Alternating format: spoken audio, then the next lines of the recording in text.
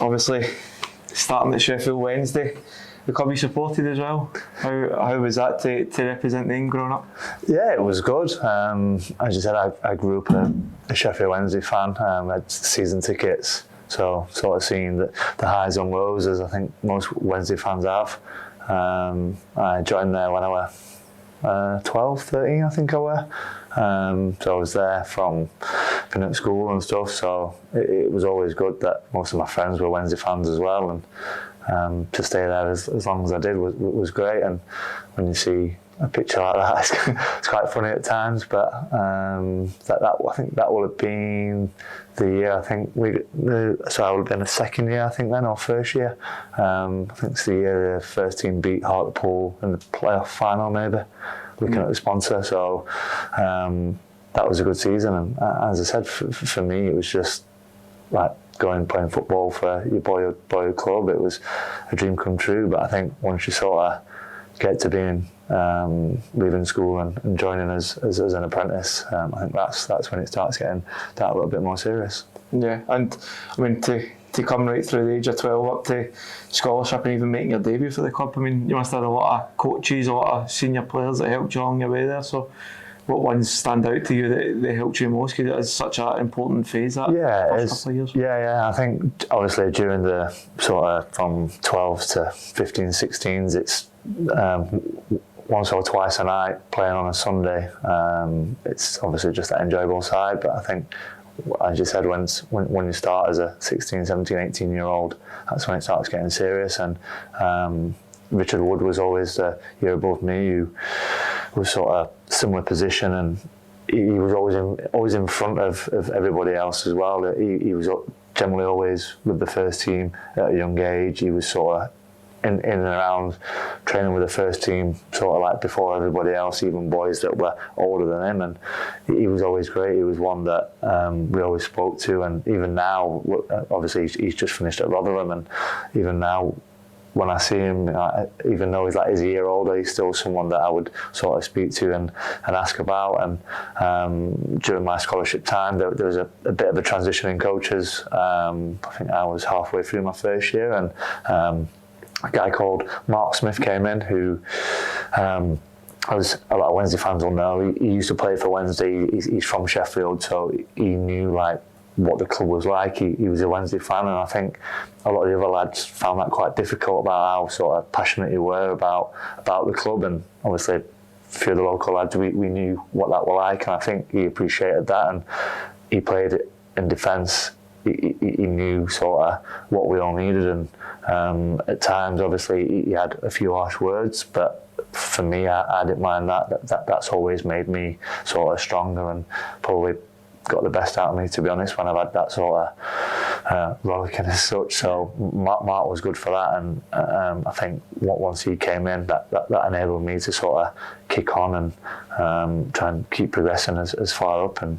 once you get into that second year, you think about trying to stay to become a sort of a third year or first year professional, and then just keep building from there. And obviously, like you say, I mean, what my guys that have played for the club, maybe guys you've watched growing up. So how was that to sort of take that from being a fan and watching these guys, but obviously now working with them and trying to learn from them? Yeah, so obviously when I was really young, Des Walker was probably the sort of main one, but I can't say I've tried to base my game on Des Walker too much, to be honest. He used to come striding out from the back, and no one seemed to be able to get the ball off him. But I remember probably that year in particular, there was obviously Woody, Graham Coughlin, Lee Bullen will have been playing, and I remember when Graham Lee came in, and I remember when Graham Lee and Coco were heading the ball, and you thought you could head a ball, and then you saw them defend the box, and how they sort of had that sort of tenacity to keep the ball out of the back of the net. They could head it miles, and you just thought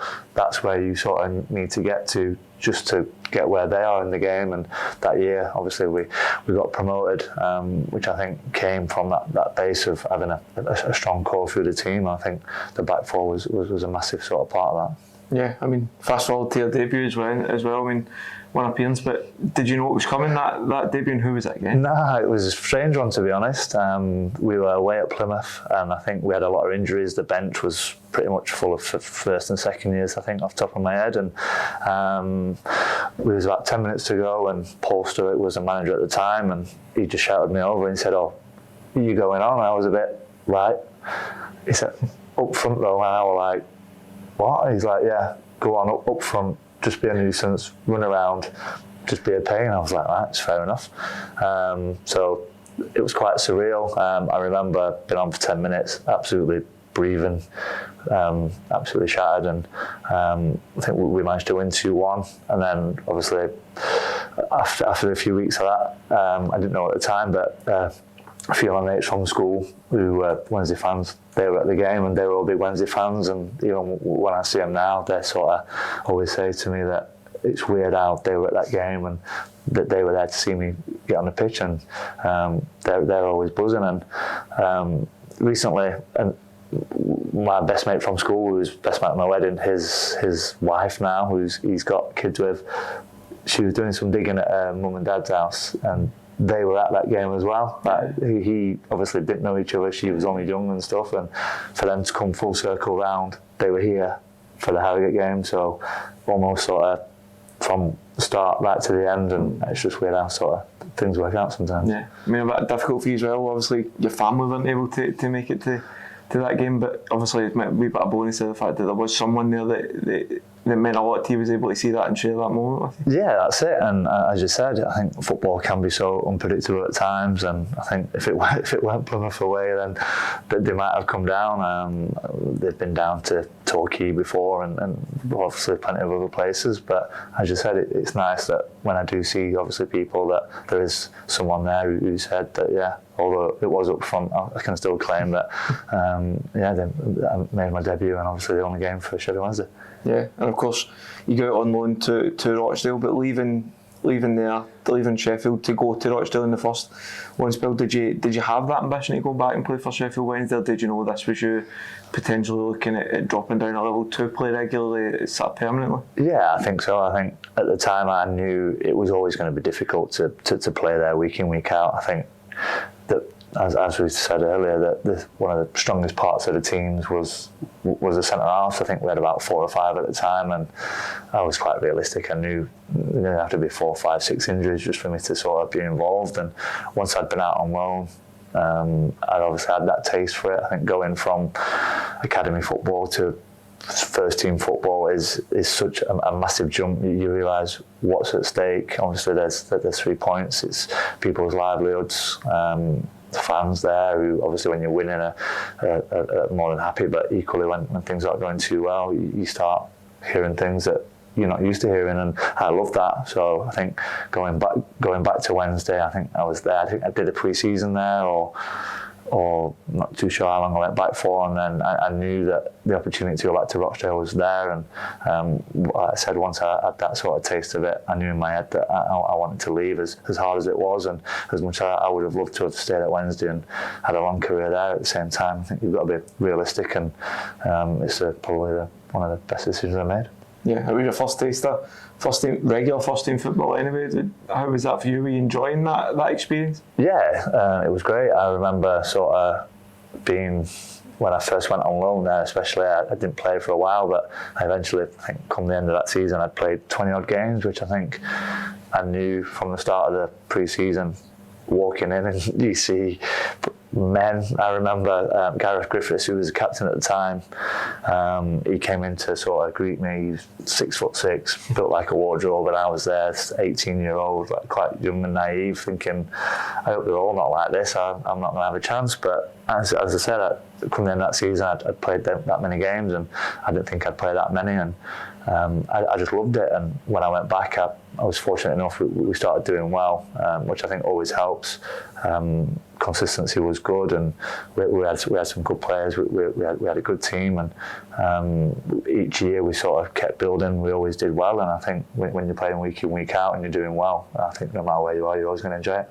Rory, this man, Steve Parkin, I mean, he's played a big role in your career, would you say? Obviously a time at Rochdale, but also as a coach at Bradford as well. So, you know, he's the guy that brought you in permanently and gave you that chance. So How much do you owe to him in your career, would you say? Yeah, probably the majority of it, to be honest. I think when I first went on loan, he was the gaffer there, and he'd been watching reserve games, and I don't know whether it's because you're young or you're just not aware of things, but when you're playing in them reserve games, you never think that managers from other teams are going to be watching or going to be interested in them sort of games. For us, we were playing in the reserves and we were just buzzing to be doing that, I think. So when sort of the opportunity came up to go on loan, and Steve had said that he'd been watching resi games and he knew all about me, and I was a bit struck back by it, to be honest. And he knew sort of how to get the best out of me. He was tough and hard at times, but equally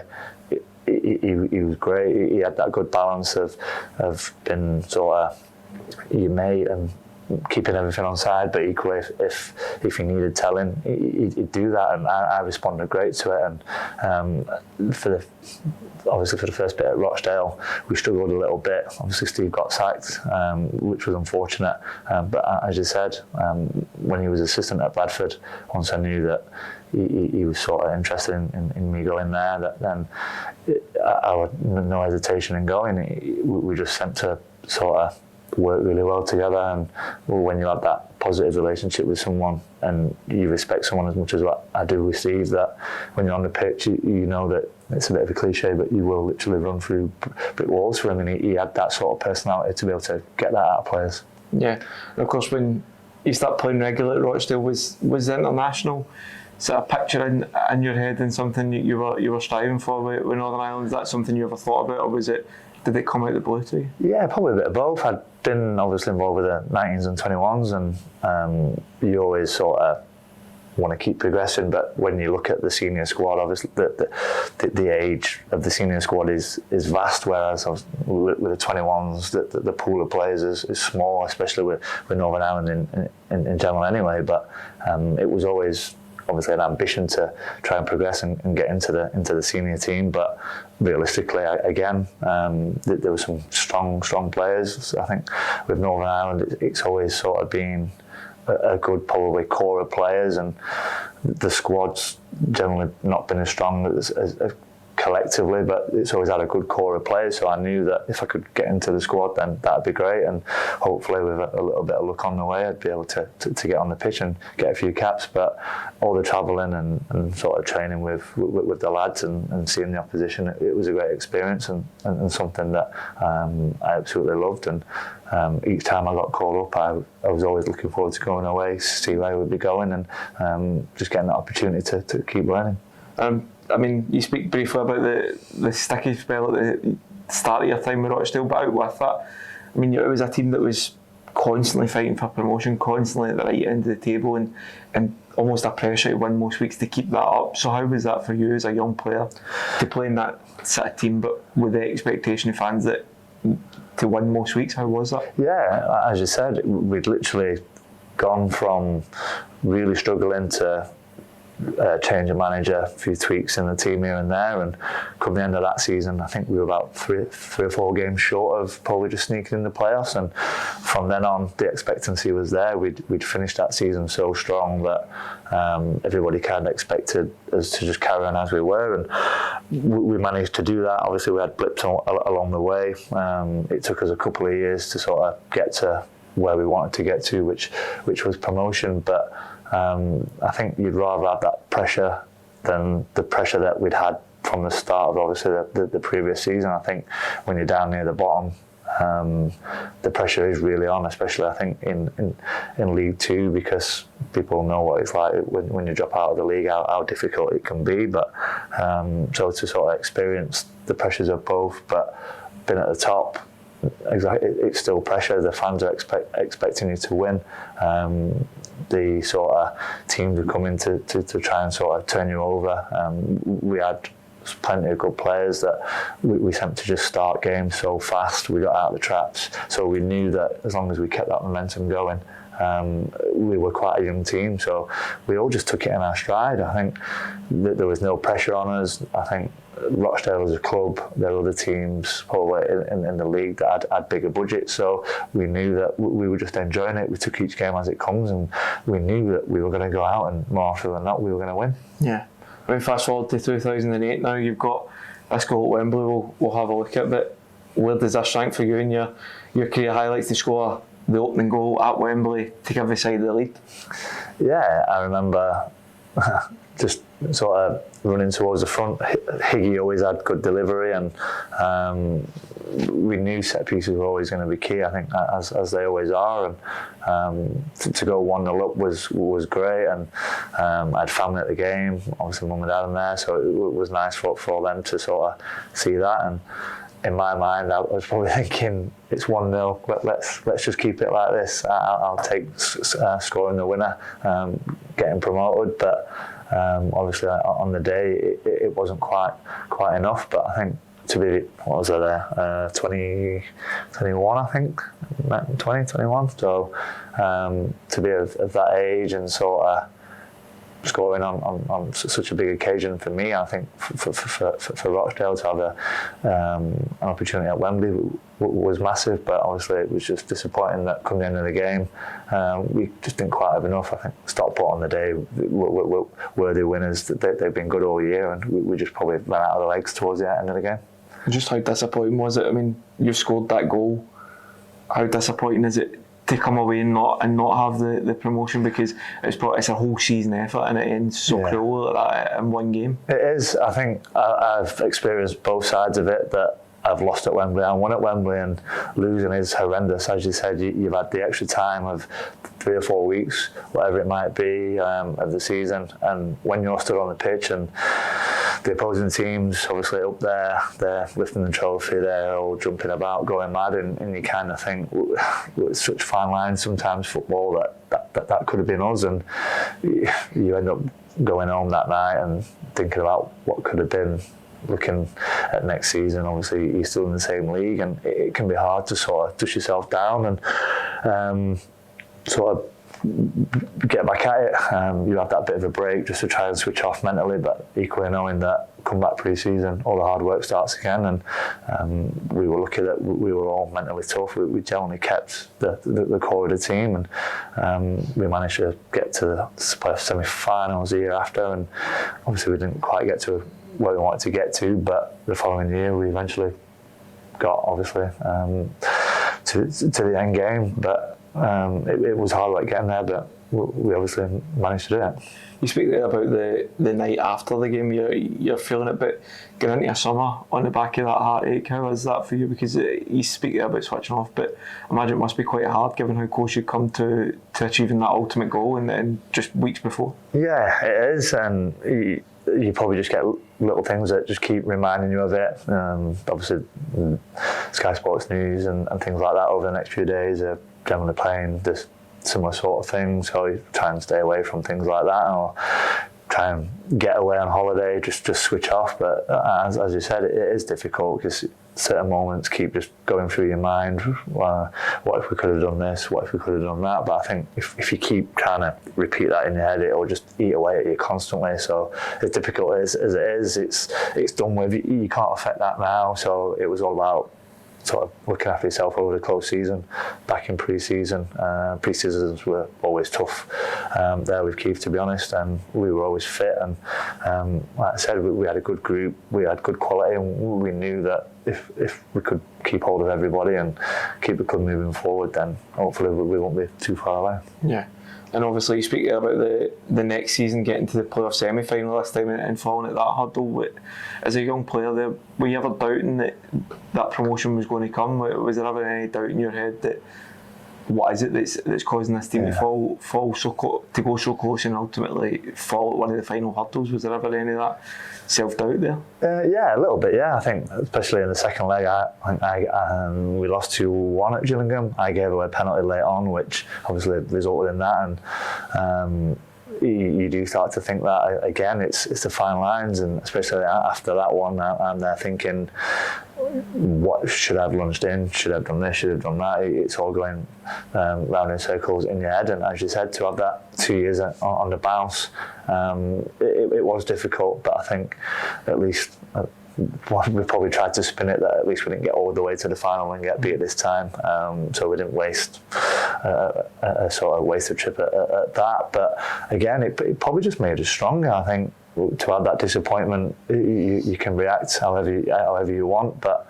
no one's going to help you. You've only got to do it yourself, and the fact that we'd had back-to-back disappointments probably did spur us on that little bit more, that we'd suffered heartache obviously in the final, and then obviously the semi-final, and we knew that we didn't want that feeling again, and I think it's always in the back of your mind that come towards the end of the season, if you're in and out of the playoffs, we said we don't want to be in there, and we managed to stay in the top sort of three as such for the majority of the season, I think, and managed to get over the line, albeit we wanted to go up as winners. But I think after the previous 2 years, just to go up automatic was more than enough. Yeah, and we've got a photo here from those celebrations. But looking at that dressing room there, I mean, a lot of players have experienced that heartache over the 2 seasons before, but do you think that made the group stronger and made that feeling even better when the promotion did eventually come? Yeah, it was almost like a relief, I think, as you said. There, obviously, you got Gaz, Jones and Stanner, who were sort of like mainstays of the team over that last 2 years, and blended it with a bit of youth there with Joe and top seven, and Chris O'Grady, who'd always played at a good level. So I think they had that good balance of lads that had that heartache, but equally ones that had been there and done it and knew how to get you over the line, which that might have just been what we were missing over the last couple of years, that we were young, we were probably quite naive at times, but when you have sort of any sticky patches, or you have games where you need to turn it in the game, where you need to manage it that little bit better, we probably had a few of the older ones or lads that had not sort of experienced it, so it was all new to them, and we had that good balance. And as you said, the relief there after the dressing room was good, and the party afterwards obviously was well worth it. And obviously you leave at the end of that season. Was that always on your mind regardless of the outcome of the season, or was it a decision you made in the course season, weighing up all your options? Yeah, again, I think just to get that season done with and finally get over the line was great, and I didn't know sort of what was going to happen. The club had been promoted, and I think obviously their recruitment would have been different regarding to what happened, whether it was promotion or relegation, and I got offered a new deal. I think I got offered a year, I think, off the top of my head, and I was a little bit disappointed with that we'd done so well that year, and all the hard work that had gone in, and probably didn't reflect where I thought we probably should have been at, and there was obviously a couple of options, and the one that I chose was one that when I sort of got wind of, I think I pretty much had made that decision straight away. I think when something like that comes up, the whole history of it, when you start looking into the history of it and things like that, in comparison to obviously where I was potentially going to stay, I think that was my decision sort of made up. I think I know a few things were said at the time about staying and having a look at League One and things, but listen, that's something that wasn't really in my mind at the time. I was looking at sort of club-wise, and it was one that I was really enjoyed. How did the link with Northern Ireland come about then? Because it's a lot of times you see that happening, but for you, how's your journey to play for Northern Ireland? How did that come about? Yeah, so my dad was born in Belfast, so that's how I qualified, and I think over the last probably 5, 6, 7 years, I think it's sort of a resource or a source that Northern Ireland in particular probably really tried to tap into, just to try and make the squad as strong as possible, and obviously I was sort of able to benefit from that, and it's an experience that I'll never forget, being able to learn off the players that have been involved, and travel and see how sort of other cultures live and how they train, and sort of do it from 1921s and then obviously into the senior setup. It's like I said, I was able to learn from that and try to bring bits of that back to club football, which hopefully I was able to pass on to a few of the lads as well. Yeah, I mean, obviously when players represent their own country, sometimes it's maybe not as viewed not importantly, but it's when you've got that family connection there, when you're doing something that your dad maybe had dreamed of, does that increase importance every time you went away, knowing you wanted to put on a good performance and make him proud representing his country as well. Yeah, and I think, as you said, I think it's easy for people to say, oh, well, that's not your country, or you weren't born there, and this, that and the other, which is obviously a fact, but you still, you put that shirt on, and you that sort of football instinct kicks in as well. I mean, it doesn't mean that you ain't not going to either try and not to win the game, or you're going to pull out tackles or whatever. All that's just instinct. You're still going to put your head in there, or if there's a tackle to be won, you're going to fly in. And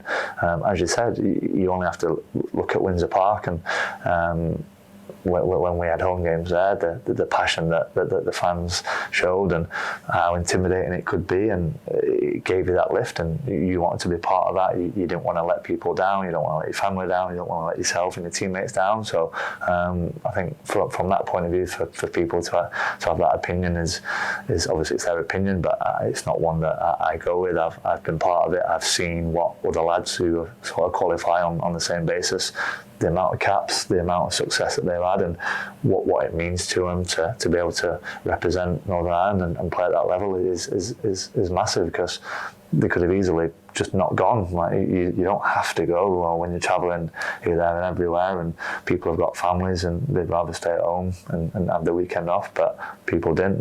They got on the plane, we travelled, probably missed family time and things, and for people to think that it's not something that they wanted to do is wrong, in my opinion. Yeah, and was it Michael O'Neill you worked with? Yeah, and Nigel Worthington first, and then obviously he left, and then Michael came in, yeah. But looking at Michael O'Neill, I mean, the success he's brought to Northern Ireland when he's been there, he came from relatively an unknown background as well, and how was it he to work with? Because maybe it would take you by surprise a wee bit, just how good a coach he was, and how much he was able to get out of that group with Northern Ireland. Yeah, as you said, you look at the last 10 years or so. Obviously, Michael's back in now as well. The levels that he got to, he got out of players individually and collectively as well, and how organised and how much things were broken down. That's one thing that really impressed me, and something that I wasn't used to. The sort of how detailed everything were that Michael and his staff had. You knew everything. You knew everything about every player, and we knew that in probably the majority of games we weren't going to have much of the ball, or we weren't going to be creating 10, 20 chances every game. So the finer details in set pieces, or the opportunities that were going to come up were well drilled. And I just remember Austin, who used to take a lot of the set pieces, they'd be so sort of improvised, or they'd be well drilled, and everyone knew that if we had a set piece in a certain area of the pitch, we knew what set piece was going to come, and they generally worked as well. They were clever. They were sort of not your run of the mill, just put it in the box and hope for the best. So the detail that went into everything was massive, and I think that was a big part in the success that he had, obviously, as well, with a good core of probably 10, 11 players that they had at the time. They were all playing at good levels, and consistency, I think, is a big thing.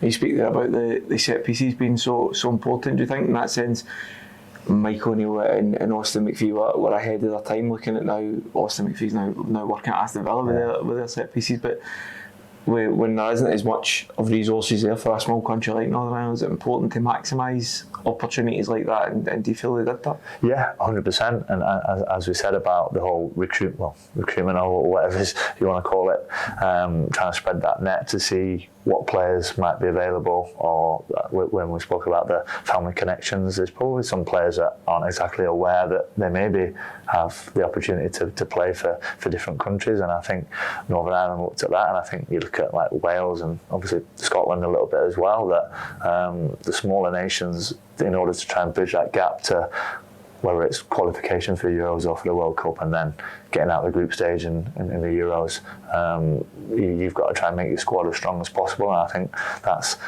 one thing that obviously Michael did as well, that there were players coming in who'd probably never been in squads before. And I know probably when I first went into the squads, the squad was generally the same. It didn't change too much, and at times it was probably harder to try and get out of the squad than it was to get in, whereas Michael probably picked players that were playing well, and that's something that probably not been done too much before as well.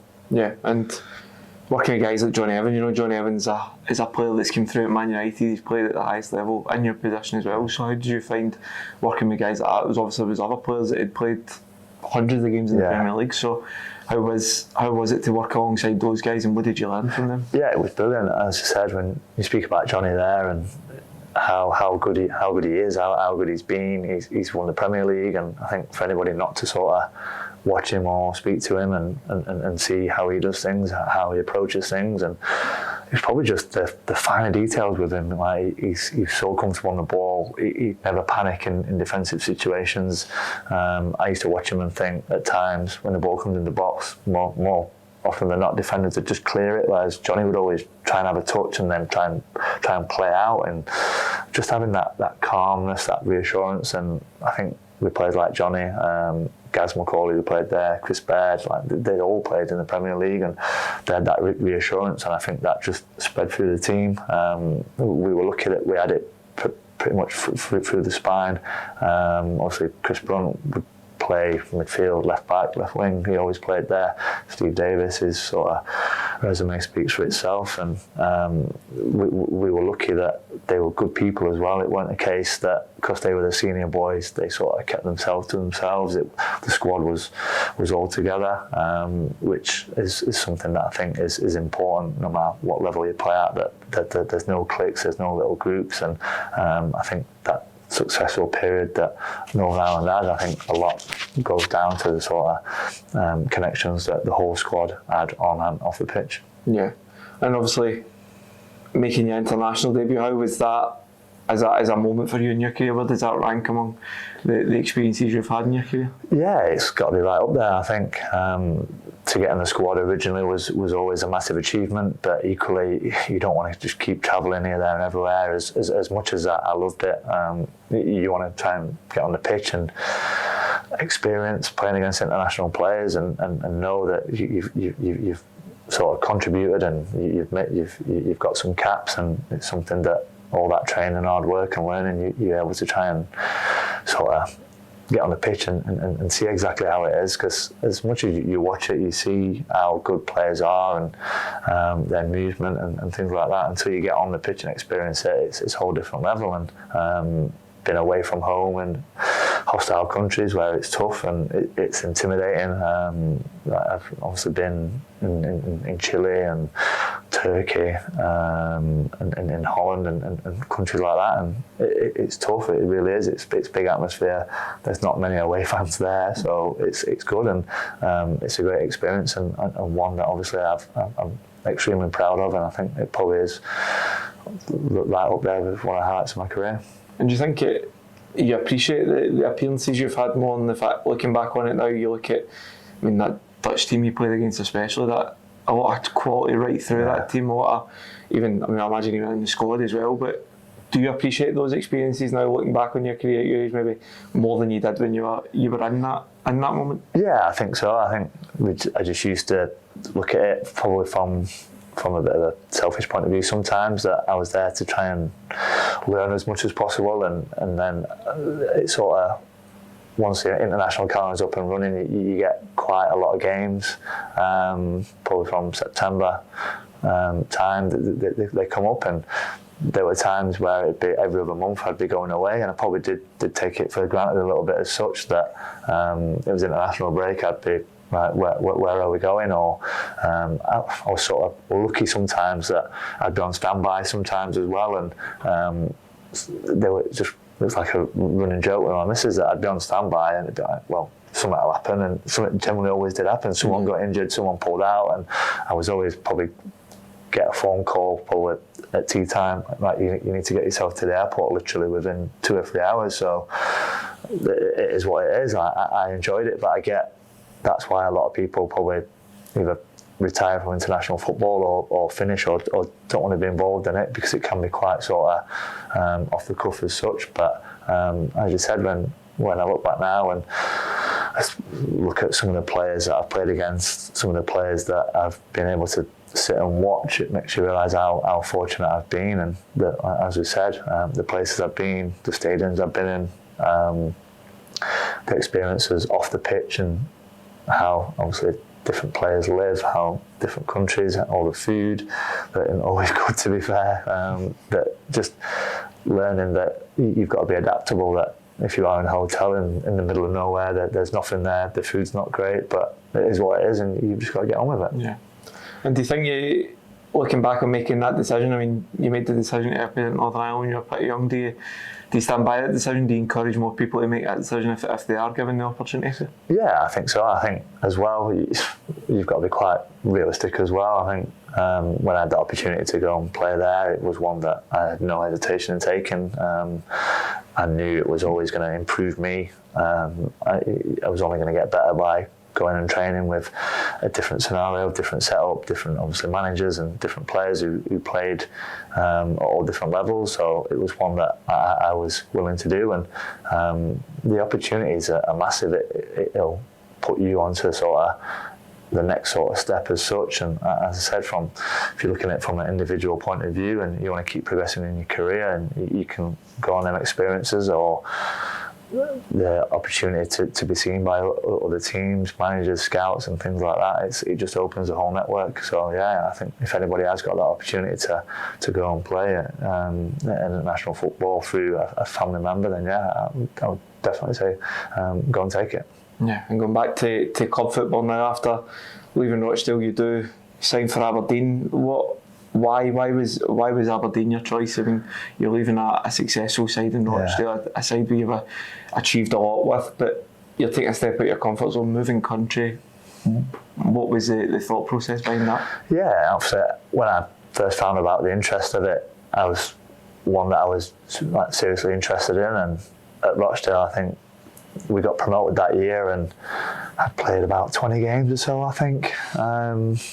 And I was a little bit in and out. I had a bit of a spell, I think, during the middle of the season, and then towards the back end of the season, didn't play as much as what I wanted to, and I thought I don't really want to do that again next year. Like I say, as good as it would have been as a new challenge, and we'd had the 2 previous heartaches at Rochdale to eventually get to League One and then not be part of it was difficult. But I think when you look at the history of Aberdeen, I knew quite a bit about Scottish football anyway. It wasn't like it was starting again and having a look. I knew exactly all the history of it. Obviously, you look at when Ferguson was there, and outside Celtic Rangers at the old firm, Aberdeen was the one that was competing, and I knew at the time that it wasn't exactly where the club was at, but to have the opportunity to go up and play at the grounds up there, obviously the old firm, Hearts, Hibs, are all decent clubs, and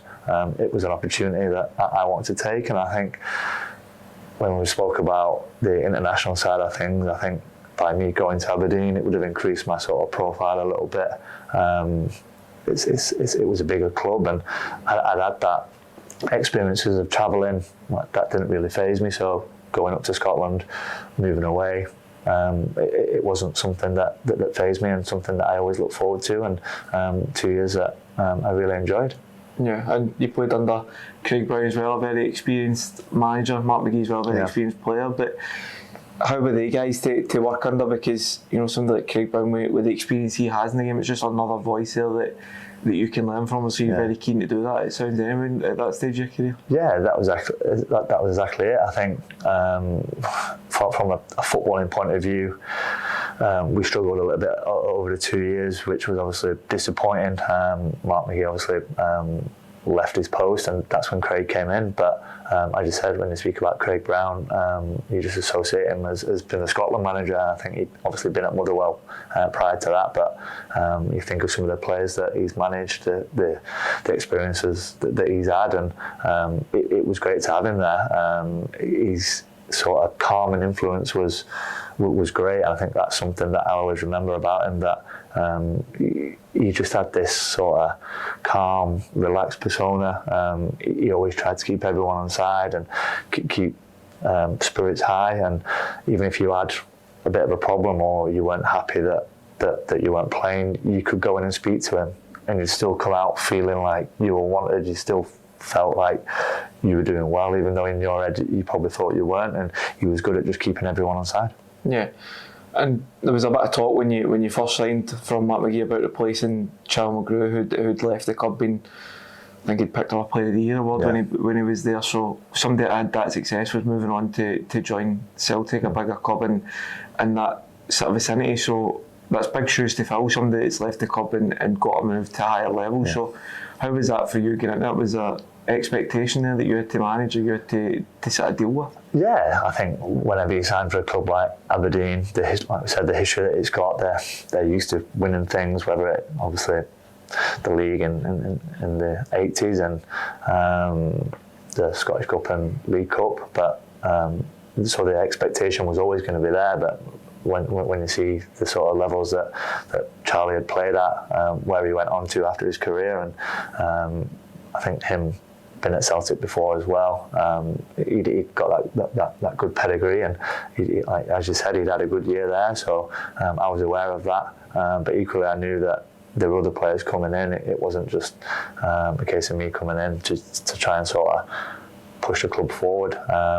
There were still good players there, but we just never seemed to get that sort of consistency going, and for whatever reason we just struggled a little bit on the pitch, and weren't quite as successful as what I'd like to have been. I mean, obviously you say that the success there wasn't as much success as you perhaps would have liked, but you must have had some highlights there as well, playing there and playing for, like you say, it's a big club in Scotland as well. Yeah, I said we got to Scottish Cup, maybe Scottish Cup, Scottish League Cup final, a couple of semi-finals. We conceded late on against Hibs, but I think you knew you could always do reasonably well in the cups, but as long as you could try and stay away from the old firm, because I think at the time they were quite far ahead of everybody. I think the gaps probably closed every other season, but very rarely it's probably generally a 2-horse race now.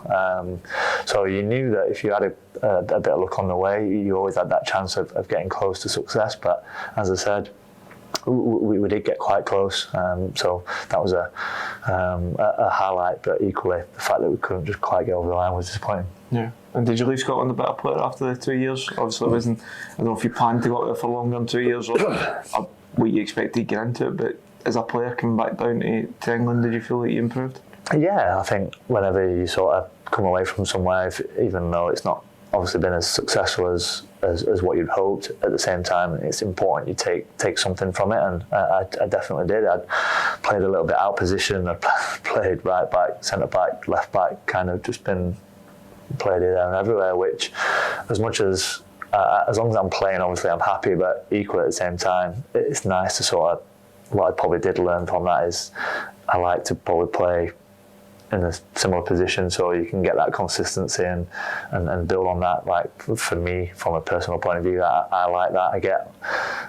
You get some players that can just adapt and play wherever they want, which is great. Like take my hat off to people like that, but playing in the same position is generally one thing that I probably learned quite a lot up there, that once you're there, try and obviously make that position your own and keep building on that and keep that consistency high. Rory, Bradford City comes up next, so I mean it's a big club. Did you expect them to come calling when you made the decision to leave Aberdeen?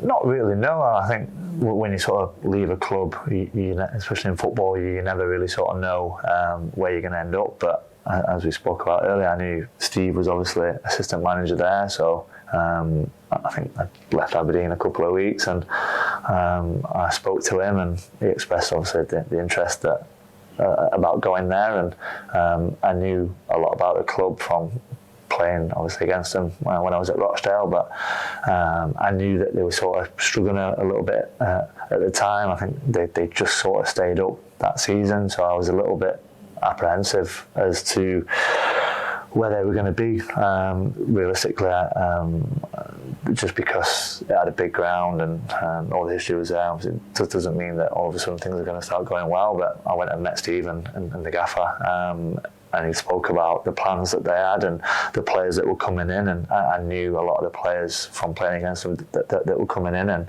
I thought that we are definitely going to be competing, so that kind of put my mind at rest from that point of view. And that was it, sort of sold. I didn't really need to speak to anybody else. I knew Steve. I knew that I could work well with him, and he would always get the best out of me. And from that point of view, it was fine. So yeah, it was a decision that once I knew exactly where the club was moving forward, that it was something I wanted to be part of.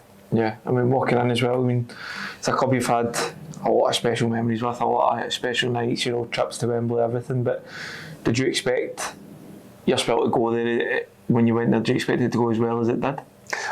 Not obviously to the levels that we sort of managed to get to over the 5 years there, but I think that first year there, we knew promotion was our aim, and anything after that, I think when you speak to probably most clubs at that level, if you can get a little cup run here and there just to boost morale or boost finances for the club as well, as daft as that sounds, it's all sort of part of it. But the club had, as I said, struggled the year before, and with the squad that had been assembled, we knew that promotion was realistic, and to get that was the main aim, and everything obviously after that season was a massive bonus. And you speak there on cup runs, and you don't go much further than getting to the final, but did you believe the club could go as far as that? You speak there about cup runs, wanting one for morale, wanting one for experience for players, and also finances for the club. But when you're going through today games, you see the ties come out. Did you believe you could keep going all the way to the final?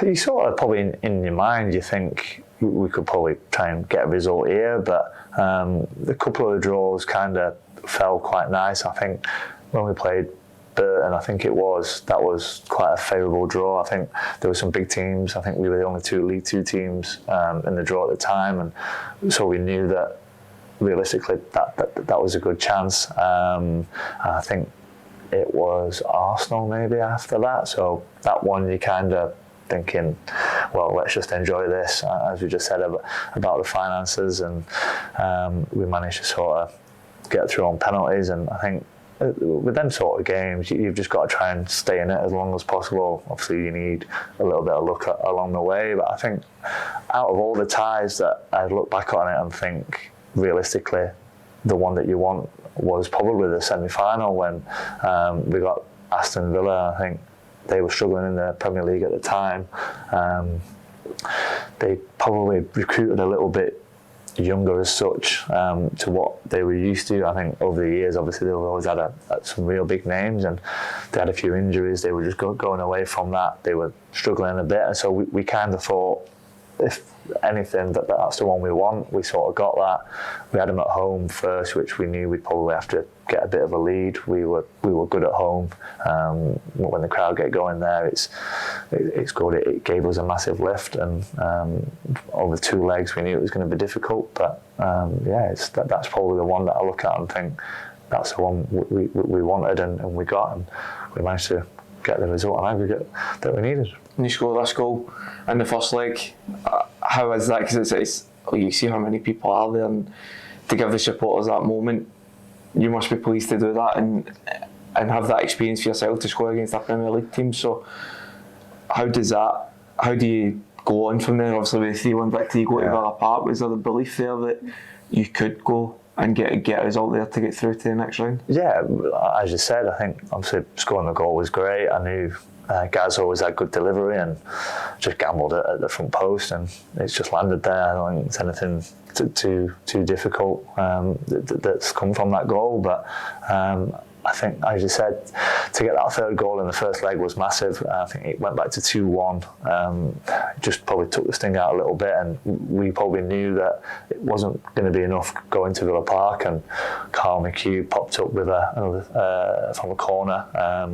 He's obviously scored the third, and after that we knew that we probably have got half a chance, but equally it's still a Premier League team. We're still going away from home, and after the first probably 20 minutes of that second leg, it was like the Alamo. They really came out of the traps. We were defending for our lives at times. They scored, and we kind of thought it's going to be difficult now, because it was like one-way traffic, but we got through to half time, and then we kind of settled down from that, and I think over the 2 legs we were worthy winners.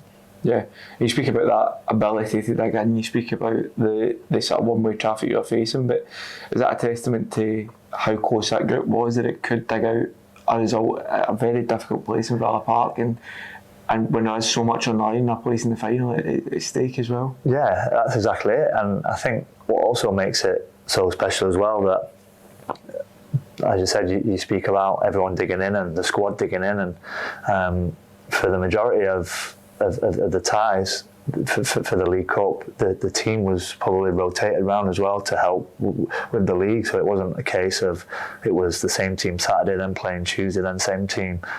Everybody played a part, which I think just brought everyone closer together. So I don't think you had that feeling that some players might get where the team's doing well, but you've not really been part of it, so I think it's just natural in it to feel that sort of not been involved as such. But you look back at the sort of lineups and how everyone was involved, and lads were coming on and having a big impact. So that helped massively, and as you said, that collectiveness, that togetherness, and that want to sort of defend and keep the ball out of the back of the net for each other was something that was massive at Bradford.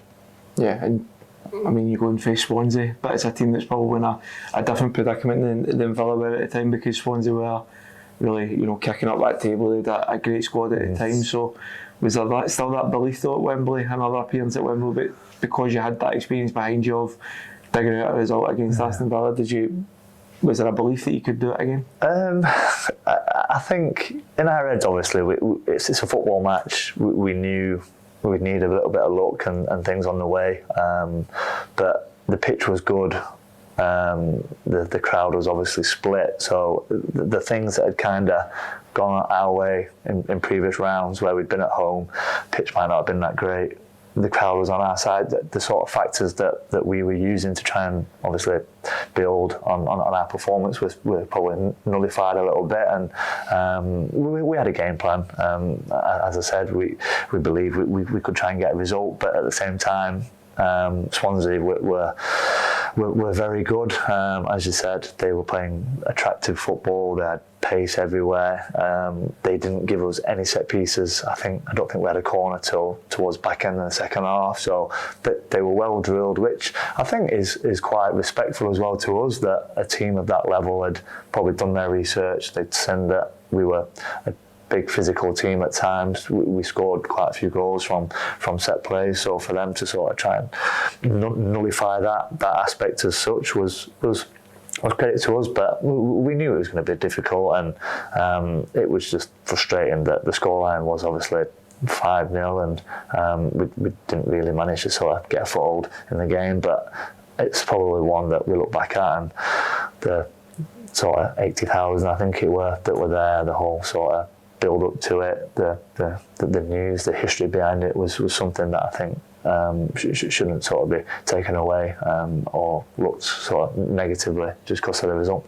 And obviously you speak about the result being 5-0 and falling at the final hurdle at Wembley. Obviously with a team that's flying high above the expectations like that, some might view it as almost a free hit at potentially bringing some silverware back. But when you do go so close, is there a wee bit of frustration? Is there a bit of, is the squad leading lifted, even though they've acted so high above expectation? But yeah, does it almost have the negative effect when you do go so close? Sometimes, yeah. As you said, we got that far, whether it was just one game too many as such, but for Bradford to potentially won the League Cup, been in League Two at the time, would have been even bigger. I think it was a big achievement in itself, getting to the final. So to have potentially been so close to winning it, yeah, it is disappointing. But I think we were all realistic at the time. As I said, it was always going to be a big ask, and we'd had obviously the two Villa games, the Arsenal games. We'd had our sort of fair share of probably a little bit of later luck on our side at times, and it probably just ran out in the final. Yeah, and over the course of the season after that defeat, do you think the squad reacted well to the disappointment there? Yeah, I think we had a little bit of a blip in the league. I remember we were about 10 games to go. we were probably just stuttering a little bit, whether the amount of games, the sort of pressure as such, the levels of going up there to then maybe on a Saturday going away from home at probably a small ground to back down, which I think is difficult. We spoke about trying to sort of not let it affect you, but it's hard sometimes when you've had such a high to try and get back to sort of what the aim was for that season. So I think we had a bit of a meeting with about 10 games to go, just to try and get back to what we were good at. Don't try and complicate things too much, and it's all about timing sometimes going into the playoffs. I think we had that momentum going into it. We were back up full of confidence, and I think that showed going into the playoffs against Burton, and then obviously the final against Northampton. Well, you go back to Wembley once again.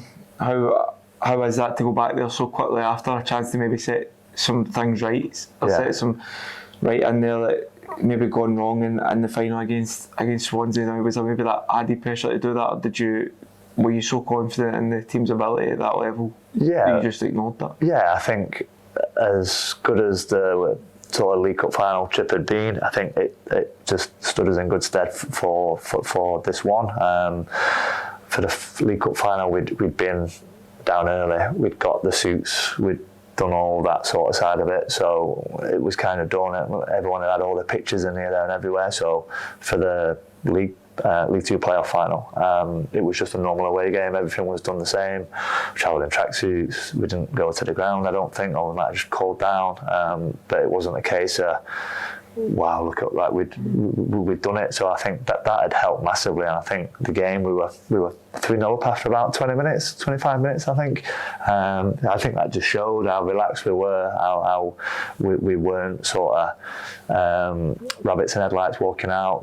If anything, the League Cup final was a sellout, so the crowd was bigger. So it was something that we were all used to. So I think it did benefit us, so that's one positive. I think that we could look back at the final as well, that as disappointing obviously as it was, it probably set us up to be in a better sort of frame of mind going into the League Cup final, which ultimately at the start of that season, that's where we want to be, either getting promoted automatically or via the playoffs. And it was such a quick start to go 3-0 up, and playing at Wembley 3-0 up, that must have been a pinch yourself moment, in the fact that you could only have dreamed that, ever an experience like that when you were younger, to be playing so well, scoring in that victory, but also as a team you achieve your aim and do it in such a fashion. Yeah, that was exactly it, and it's, as you said, for such a big game for the club as well, to have that sort of nervousness or tension just sort of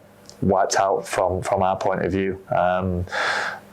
As you said, the crowd were right behind us, and we sort of knew that there was no way we were going to let this slip at half time. That was probably what was spoken about, that they were probably going to have a bit of a reaction to try and get back in the game. And once we'd nullified that sort of threat, I don't really remember them having too many clear-cut chances. So it was great. It was probably made it that bit more enjoyable, that it wasn't a sort of a cagey 1-0 where we were hanging on for dear life. We were 3-0 up. We had good players who could take the ball and keep the ball, or equally we could get it forward up to Hans, and Naki was there and he'd get him behind. So we had a bit of everything, so we knew we could manage the game, and credit to everyone, that's exactly what we did. Yeah, and going up to League One, I mean, that's next season, it's a mid-table finish. Why do you think the team was so prepared for that level? Because they come up as a newly promoted team and achieve that finish, it's quite the feat. So what is it that was about in that squad that made it so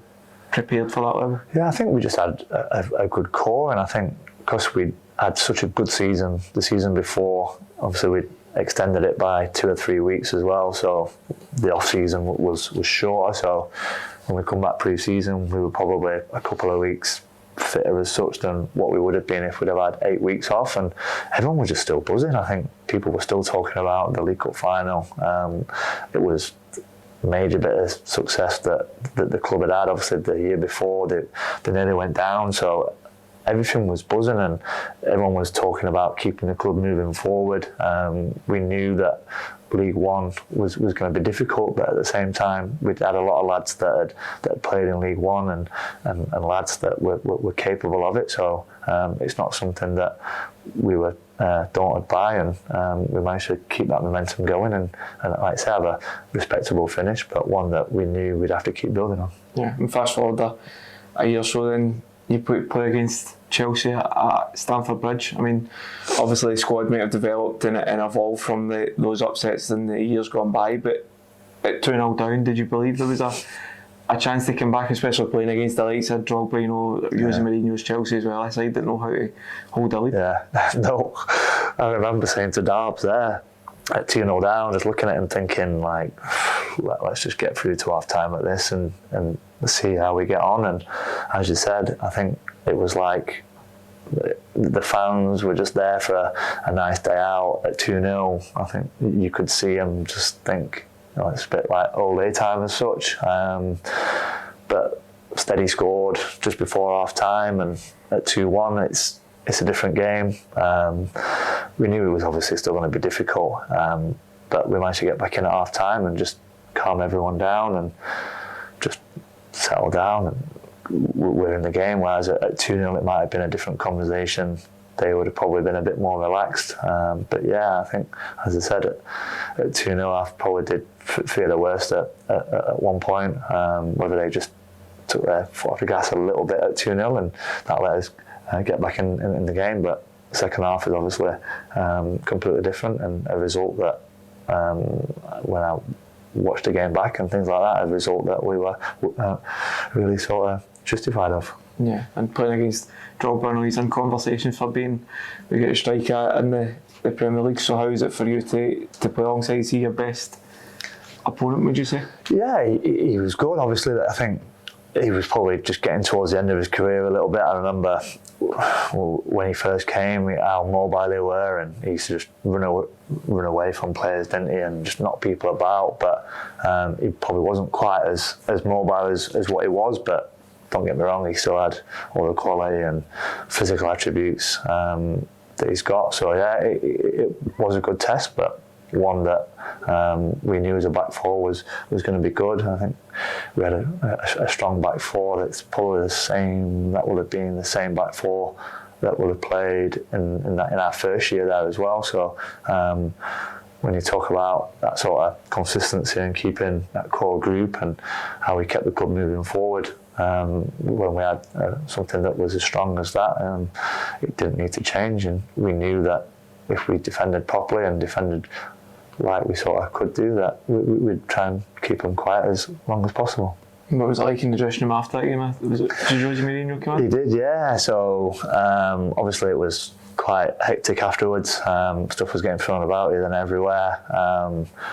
But the door opened and Jose Mourinho walked in, and it was like someone had taken the plug out, or the head teacher had walked in at school, and it just went silent.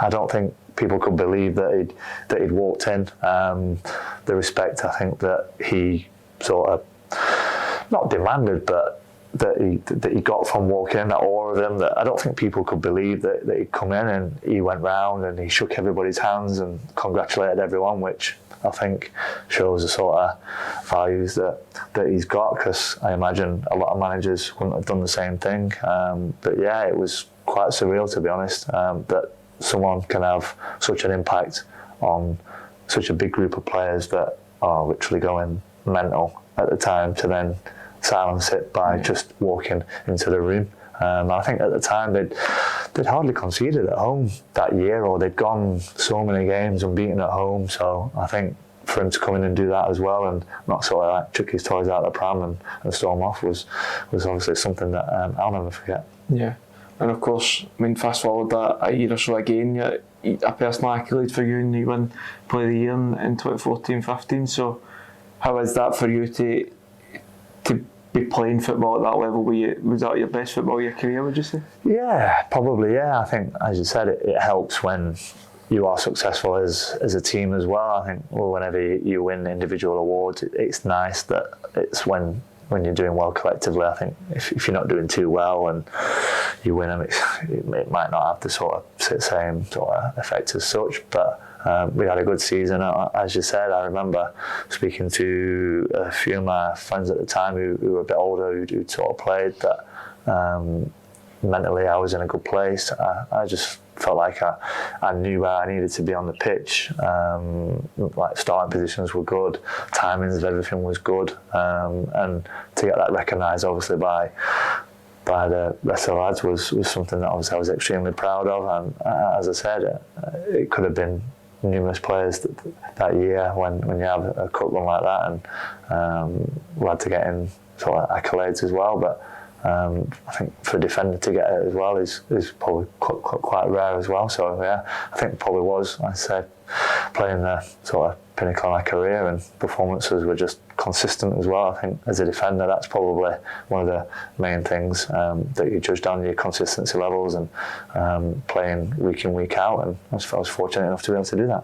And how was looking at your time at Bradford now? You came in at relatively still at the start of your career. You know, you play at your pinnacle, you're playing at your very best. How was that environment for you? Do you think that environment helped get the very best out of you, or was there anything you maybe changed slightly to do it further? If you get no, as you said, we just tried to keep building each year, and I think each year I was there, we managed to do that. We finished that bit higher in the league, and I knew that I had to keep improving. We wanted to keep the club moving forward, and whether it was just the fine details, not making little mistakes that might lead to goals, whether it might be trying to add a few goals as well in the opposing half. But I think just the fundamentals were the same. I'd sort of set my benchmark from that year, and if we wanted to keep improving, that the benchmark was there.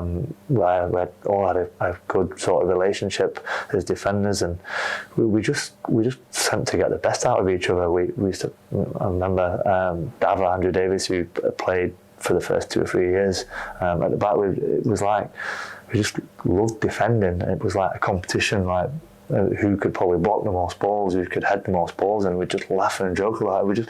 He just loved it. I think the sort of impact that he had on me as well was massive. That he played in the Premier League, he played at Borough and Stoke, and he was still doing all the basic fundamentals that you expect from a defender. And I learned so much from him over the obviously years that we were there, and we just made it enjoyable. Yeah. And obviously the time does come that you leave Bradford. How was that for you to leave the club that you'd experienced so many highs with, so many great performances, great nights as well? So how did that decision come about, and was it tough for you to walk out on that last day?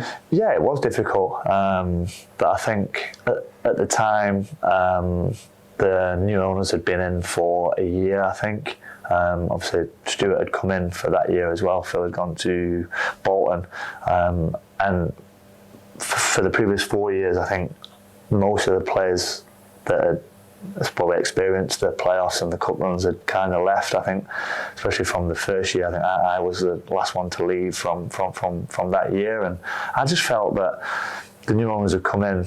They were changing the direction of where they wanted the club to go, and it's not something that I was too sort of in agreement with as such. So I just thought the opportunity is here now to leave, and I had a good, really successful time there. And I think if you're going to leave somewhere or bow out somewhere as such, then I'd probably rather have done it on a high than stay. And obviously over the next few years the club struggled a little bit. The ownership model kind of didn't quite work, I think, as to what they were expected. So yeah, I think in hindsight it probably was the right time to leave, but obviously one that was extremely difficult as well. When you go to Scunthorpe, but I mean, your times before going to new clubs, it was different. The fact that you were relatively inexperienced compared to how you are now, but now as an experienced player going into a new environment, how was that challenge for you? Because at Bradford you maybe had a place where you were given that respect to be a commanding voice in the changing room. Did it take you time to find your feet when you went to Scunthorpe to do that there? Yeah, a little bit, yeah. I think I was lucky that I already knew a few of the lads that were there anyway, and from playing against a few of them as well, which always helps. It wasn't, I was walking into a dressing room where I didn't know anybody, but still, you don't want to go in and start shouting and screaming or asking for things that are sort of out of the ordinary and things. So I think you do have to try and get your feet under the table, but it was one that I was looking forward to, and one that all the staff and obviously lads like really helped with. It weren't a case that you felt sort of on your own as such at times, and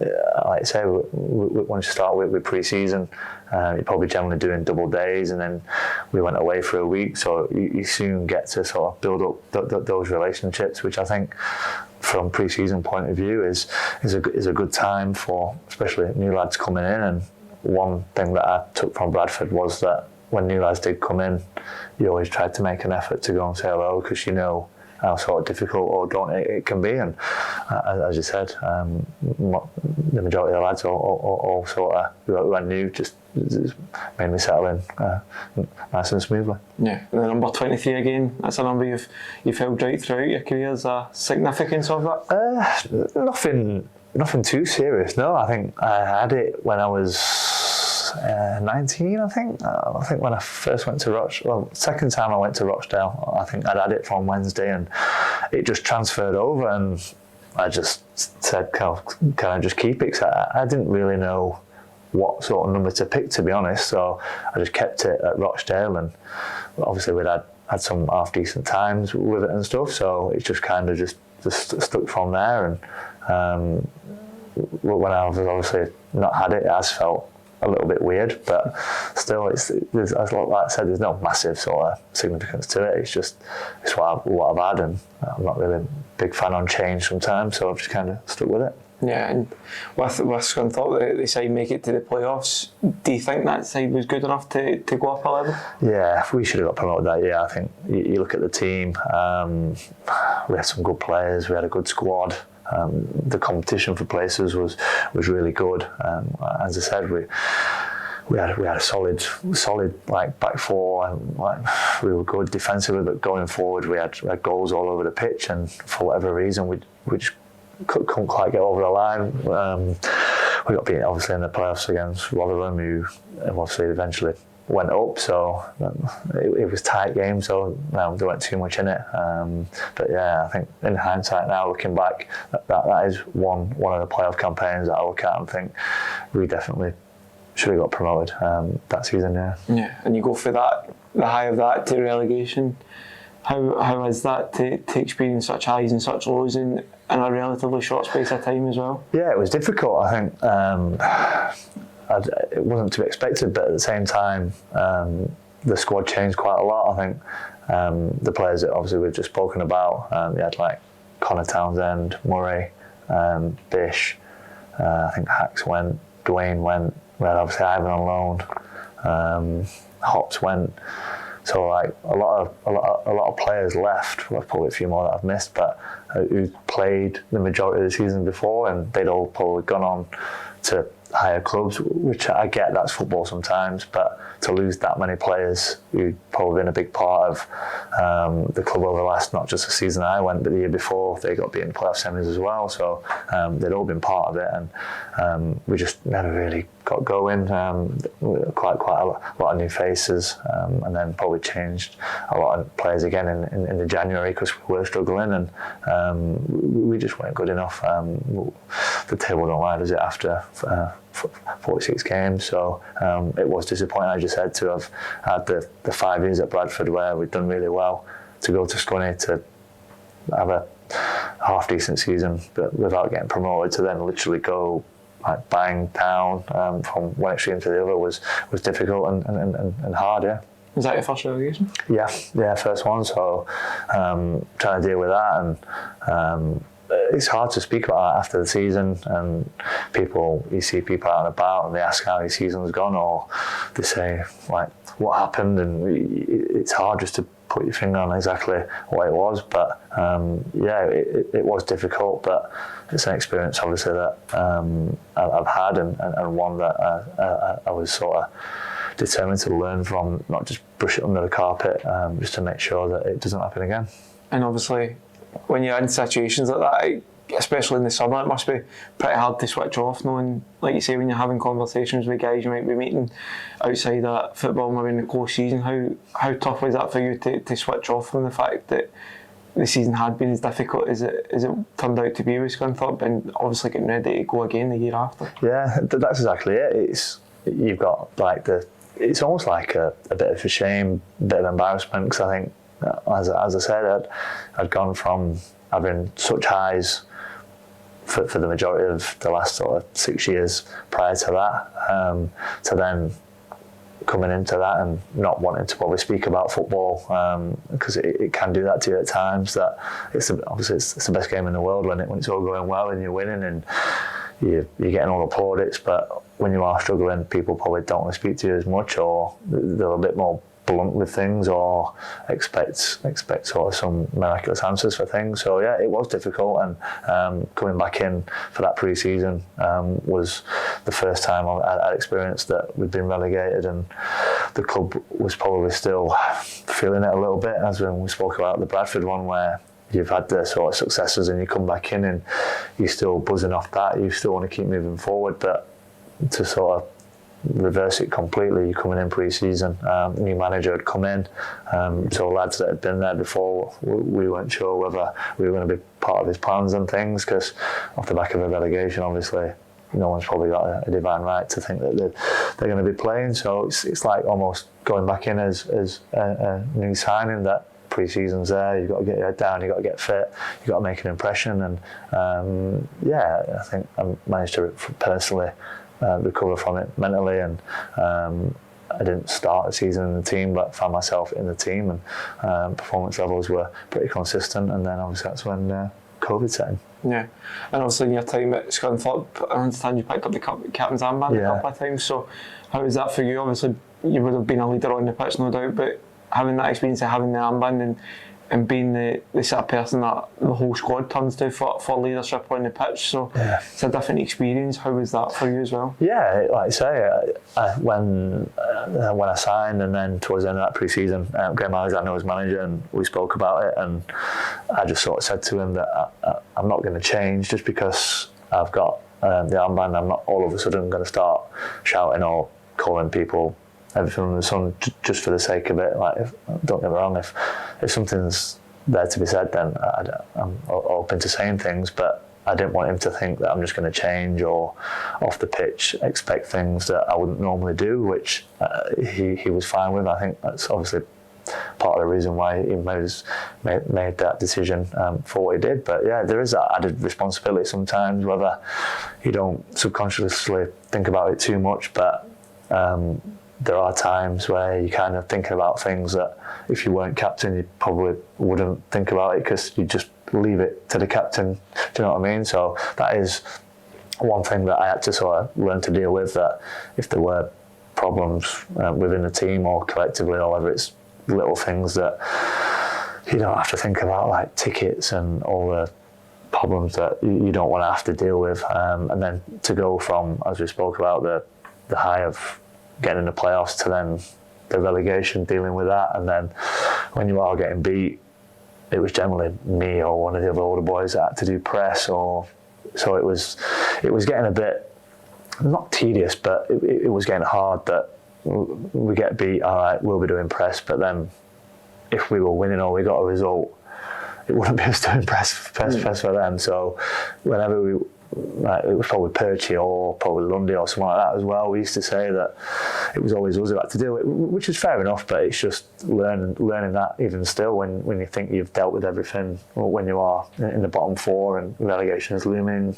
it is hard to answer that, because there's no magic formula, and yeah, as I said, that's something that I had to learn to deal with, and something that's made me a strong person now. Yeah, and seeing everything Scunthorpe as a club has gone through in recent years, that must be pretty tough for you to see, because to have that bond with supporters, captain the side, you know, like you say, speaking to pressure, that voice to them, so it must be difficult for you to see what they have been through in recent years, and as a club as well as the relegation stuff. Yeah, it is like so disappointing, because you think, as I said, it's not that long ago since we were a game away from getting in the championship to then just missing out, and then it's just slowly sort of fallen away from there for whatever reason. But I know what Scunthorpe United means to the people in Scunthorpe, and how much of an influence the club has there. And obviously, for a Saturday in the community, probably during the week, and for them to get relegated to where they have done at the end of the season is obviously disappointing, but equally it's one that, if anything, that can bounce back quickly, hopefully, and the fans can be a big part of that. I think going into the National League North, the fan base should be quite dominant, and hopefully the home games can sort of play into their side. They can get the club moving back forward and get promoted and slowly get back to where it deserves to be. Yeah, and after you leave Scunthorpe, it's Exeter, a long way away from home. So why did you make that move? Why did you feel that was the right move for you? Well, at the time, it was the season back after COVID, so I think a lot of things were up in air. I think a lot of clubs didn't really know where they were going to be, when fans were going to be let back in, if they were going to be let back in. So I think that was the first sort of summer where it was almost like the unknown for a lot of people. I think teams didn't know what budgets were going to be, what sort of contracts they were going to hand out, and obviously the manager was Matty Taylor, who I'd played with, and I'd spoke to him obviously numerous times, and when he expressed interest about going down, I think as a club, as Matty as a person, it was somewhere that I had no hesitation in signing. But as you said, it was just the sort of distance, but the opportunity to go down there. To be fair to the club, they made everything sort of worthwhile to go down, and said that they'd help with finding places to live and all the sort of things that footballing wise it was never going to be a problem, but it's everything else that comes with it. I had 2 young children as well, so it was a decision to take them down, and they'd be starting school down there and things. So it was one that we did, and we thoroughly enjoyed it. But I think as time goes on, sometimes when you move away from home, you sort of don't appreciate all the things that are around you when you don't have family around you as such. And COVID time as well, travelling was quite restricted as regards in and around the country, so we were away from our away trips, obviously for Exeter, were miles away, and my missus was obviously stuck down Exeter on her own with 2 kids, which would have been difficult, I know. So it was probably just about timing from that point of view as well. But again, we probably should have at least got in the playoffs that season. I think we just missed out by a few points towards the end, but we had a good team, and for the year after I left, they got promoted. Yeah, and when you link up with a manager that you've played with, how has that relationship changed? Because obviously when you share a dressing room, you're sort of equal there, but yeah, how does that relationship develop when one of you becomes a manager, and that there has to be that sort of boundary there between a player and a manager? Yeah, it was a bit strange at first, to be honest, but I think I had a good relationship with Matty anyway, that I knew, and because I was a bit older as well, I think I knew what the boundaries already were, and I don't think it was a case I was a young lad going down and would have been a bit naive and how to approach him and things like that. And with me being a bit older, obviously then, he said that he wanted me to help the younger lads as well, which is something that I've always enjoyed doing. So I knew that I had enough respect for him, and I'm sure he had enough respect for me, that if he needed to say something to me or whatever, then he would, and I would have no qualms about that. It wasn't the case that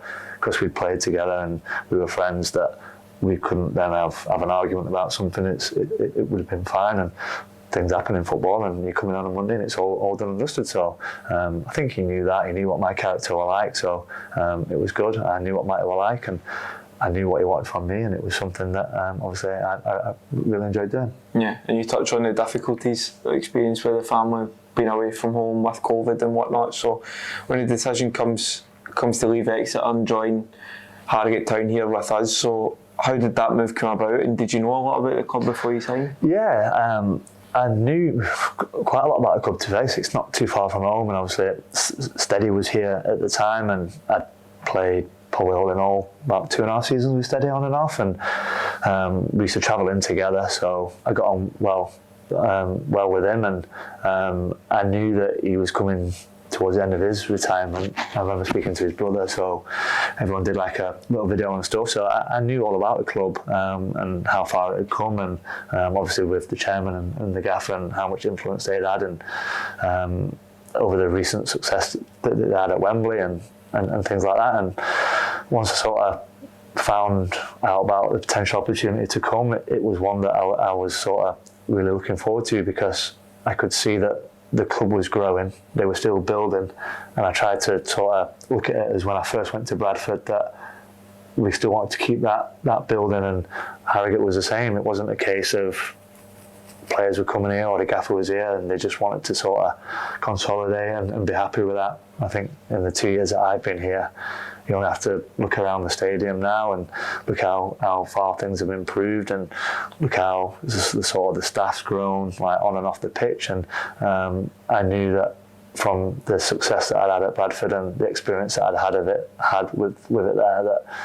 when you do have something that wants to keep improving and keep getting better, it makes it a much more enjoyable environment. Yeah, and obviously as an experienced player, you look at guys like Jack Muldoon, you look at guys like Josh Falcon, guys that have been here for years, have gone with the journey right through, but for you, you're playing a different role from them in the fact that you've shared your experiences with the players at this level, although in a shorter period of time, you've still been an important part of that journey, so that must be a sort of part of your career that you hold with a lot of fond memories as well. Yeah, 100%. And as I said, when you speak about like Falks and Woz and Mullers and Tomo and that there, I look at them as that's what like me, Darbs, Mez, like Gaz, that's what we were like at Bradford. So I know how important they are to the club and to the team, and how much that other players and new players should respect them and the time they spent here and how far they brought the club forward, but equally know that they might need a bit of help with things sometimes on the pitch, off the pitch, or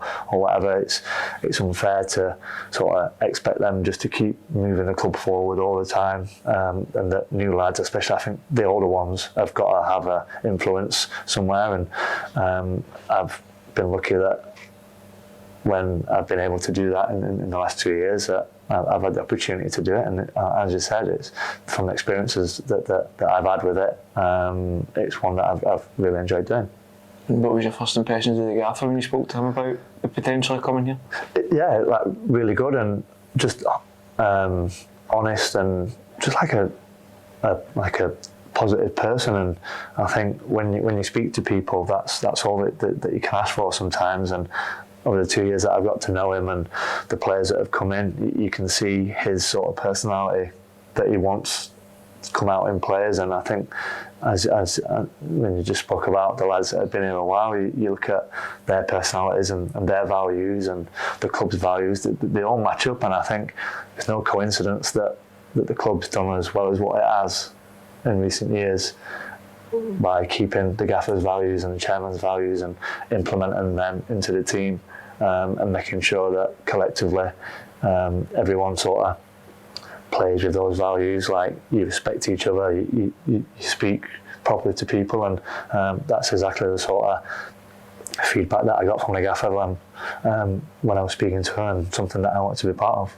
Yeah, and with the two dressing rooms you've been a part of, it's probably best to look at them in like it's too isolation, the fact that how much change has gone on. So how was that, those dressing rooms to be a part of for you? Were they up there with some of the best you played in? Where did they rank? Yeah, I think I've been lucky that I've played at clubs and probably played for managers and had a core group that when you do get so-called bad eggs or people that aren't sort of on the same page, they either get sort of told to leave or stay away, or they just fall away. I think you generally find that in football, that you get good characters and they all stick together, and you know when someone even needs a bit of a kick up the backside or an arm around them, but at the same time you generally know when people are just taking liberties as such, and it's up to players to sort that out first and foremost, I think. And then if for whatever reason they can't manage to do that, then obviously it goes higher. So I've had that throughout all my career, and the two, as I said, the two dressing rooms that have been lucky with here, that we've always had that. And I remember the first day I came in pre-season and how welcoming everyone was, and I think when you go into a new club, it's always difficult. You don't know what to expect. Even my age when I came in, it's still like that first day at school feeling. But to be welcomed as well as what I did, it's something obviously that I'll always be appreciative of. Yeah, and you scored this goal for the club. How does that rank for you? Obviously, try to pick out highlights of your time with us. Is that one of them? Is that others that stand out? Yeah, it's always nice to score. I think I wish I could have scored a few more. It's always nice to chip in. I think whenever you're defending and you're going up for set pieces and those sort of things, you've got to try and contribute. And I think, as you said, scoring goals is always a highlight. Don't get too many, so you've got to take them as they come. But I think what we've just spoken about, the whole experience has been a massive highlight. Knowing how hard people work at the football club, and you've got that sort of personal relationship with a lot of people that you don't generally have at too many other clubs. And as well as we've done at times during the last 2 years, I think obviously last season, my first season, we started really well. We were high up in the table, which was great. Obviously football's football. We had a bit of a sticky patch and just sort of filtered off a little bit. And then this season, again, probably had spells where we've been a bit inconsistent, but I think it's sort of to show that resilience that the club's shown, right, as staff, as players, that it could have been easy for us to go under at times. And even though from a sort of successful point of view, we're at the wrong end of the table, but I think from a highlight, the fact that we dug in and we got points on the board when we needed to.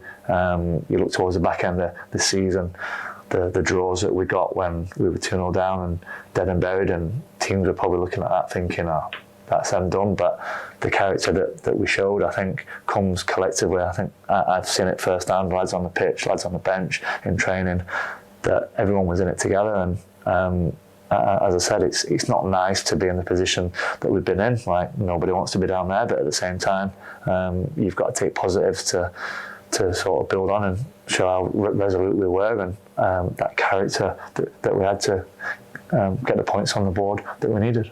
Yeah, and over the course of the 2 seasons you spent with the club, how far do you think the club has come both on and off the pitch in that time? Yeah, I think it's come a long way.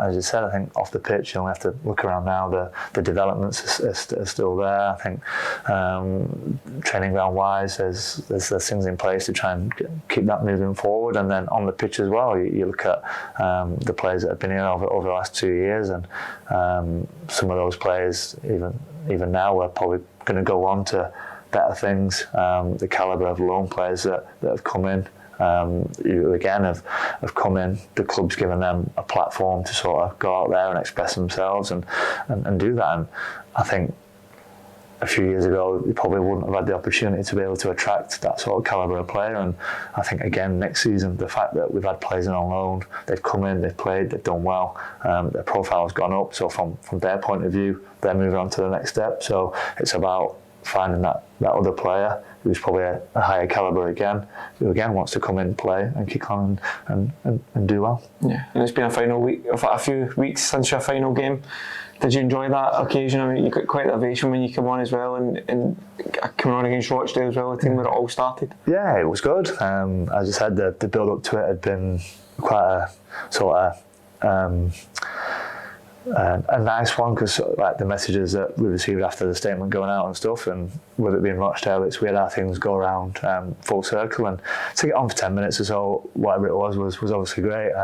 Brad was there as well, which was quite nice. I think, like, obviously Brad starting his journey, me sort of finishing mine, and yeah, it's one that I've looked back at and really enjoyed. But I'm glad it's been announced. The season's obviously finished now, and can look back at things and see how much I've enjoyed it, but equally just relax and enjoy the sort of British summer now and look at things moving forward. Well, now, as you sit here retired, have you enjoyed your time off, a chance to sit and recharge batteries and spend some time with the family? Yeah, it's been great.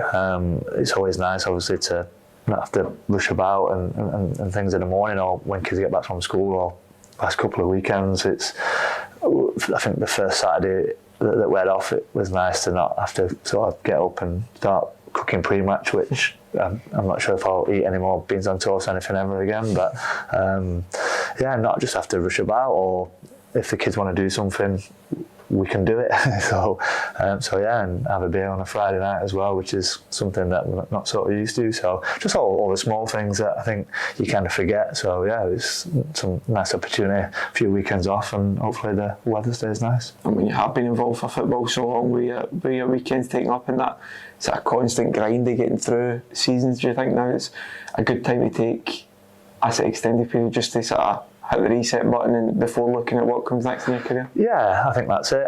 As you said, it's been pretty fixed for the last probably all my career, all my life, to be honest. So yeah, it's important to sort of wind down and enjoy the weekends and not have to rush about. And when the kids are off school, just enjoy it and do the things that they want to do, and be able to go and make sure that sort of rested as such, and reset and charge the batteries back up, ready to sort of get back on the grind and start progressing into the next stage of my career.